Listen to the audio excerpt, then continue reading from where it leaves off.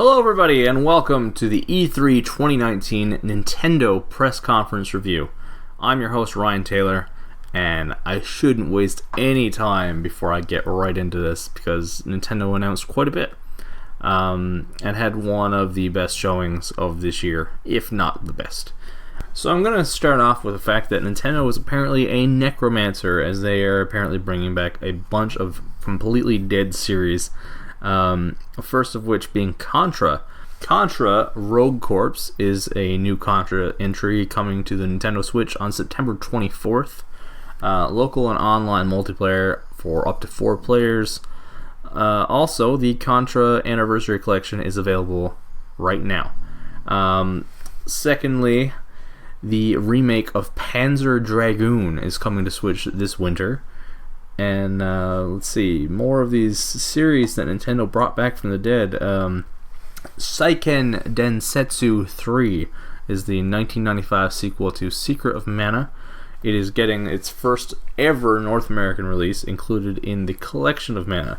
The first 3 games in the Mana series being Final Fantasy Adventure, Secret of Mana, and the third game, which is now being titled Trials of Mana for its first English release. And that is all out right now. They pulled another one of those. Also, there's a 3D remake in the works for early 2020. Let's see, Marvel Ultimate Alliance 3. I guess it could be considered a series we thought was dead, but that's been teased for a while now. July 19th is the release date for Marvel Ultimate Alliance 3. The expansion will include characters from the X-Men, Fantastic Four, and Marvel Knights. All very exciting. Let's see. Dragon Quest 11S, or XIS, whatever you want to call it, Definitive Edition. It hits Nintendo Switch on September 27th. Let's see. Witcher 3 is coming to the Nintendo Switch. Resident Evil 5 and 6 are both coming to the Nintendo Switch. Hell, let's just get into a bunch of the games that are coming to Nintendo Switch.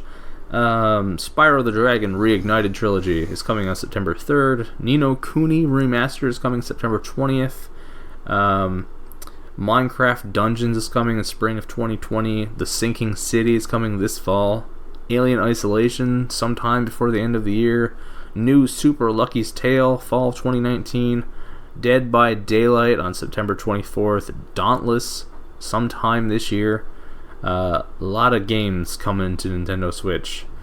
Let me see.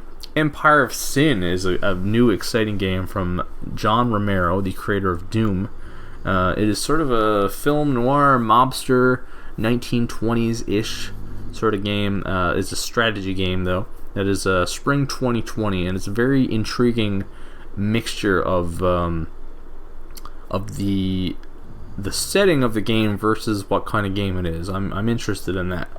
The Netflix series Dark Crystal Age of Resistance is getting a tie-in tactics RPG game titled Dark Crystal Age of Resistance Tactics. Claymation style graphics, and it is coming out sometime this year. Probably close to the release date of that series, I would imagine, this summer. Let me see. Let's get into the bigger stuff here now. Smash Ultimate. The DLC, or at least the first couple of these DLC characters, has been announced. The Hero from Dragon Quest is the first one coming this summer.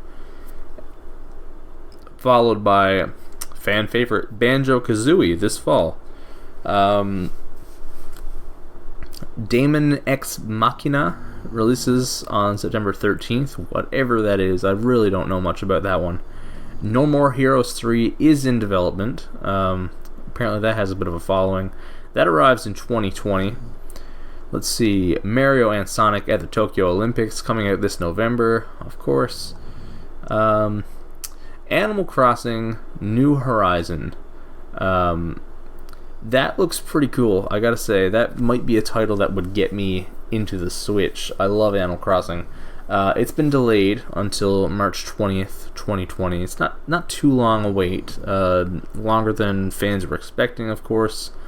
And maybe if I had a Switch, I would be a little more upset by that, but I'm okay with the wait. If they're going to tweak the game and get it just right and not overwork employees, then that's great. I love that.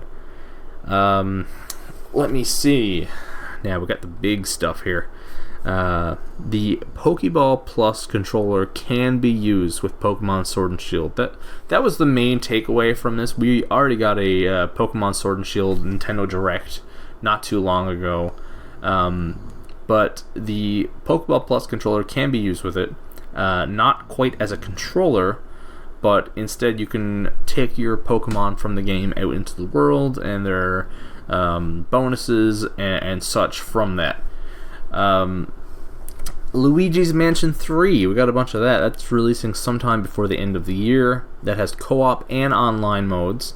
And that second player, of course, is the one everyone's talking about, Gooigi.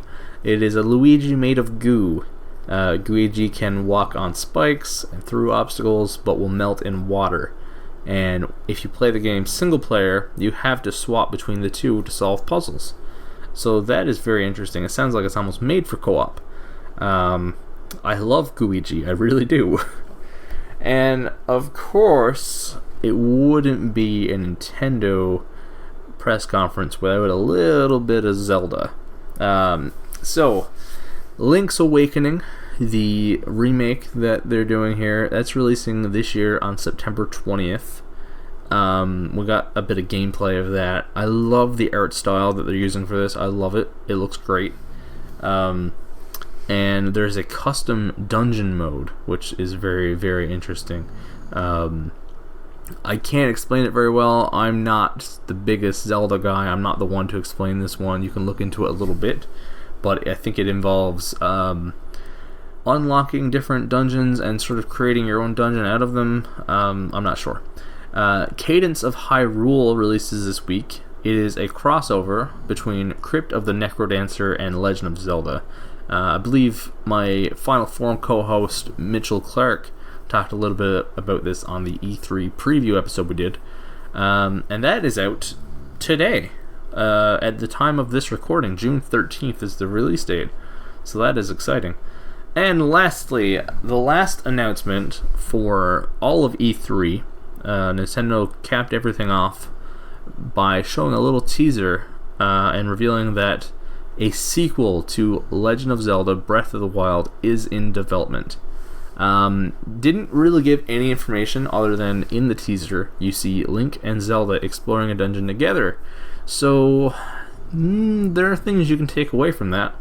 And there are definitely theories that you could come up with based upon that. And that is it for Nintendo. Nintendo had a great showing here.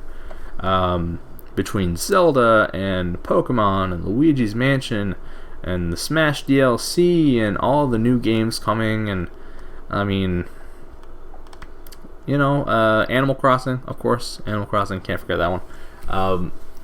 So, here at Jedi Dropouts Productions, we like to score things on the good pizza scale. I'm sure if you've listened to us before, you've heard this time and time again, but if you haven't, then I want to explain that the good pizza scale is it's scored out of 8 slices of a pizza.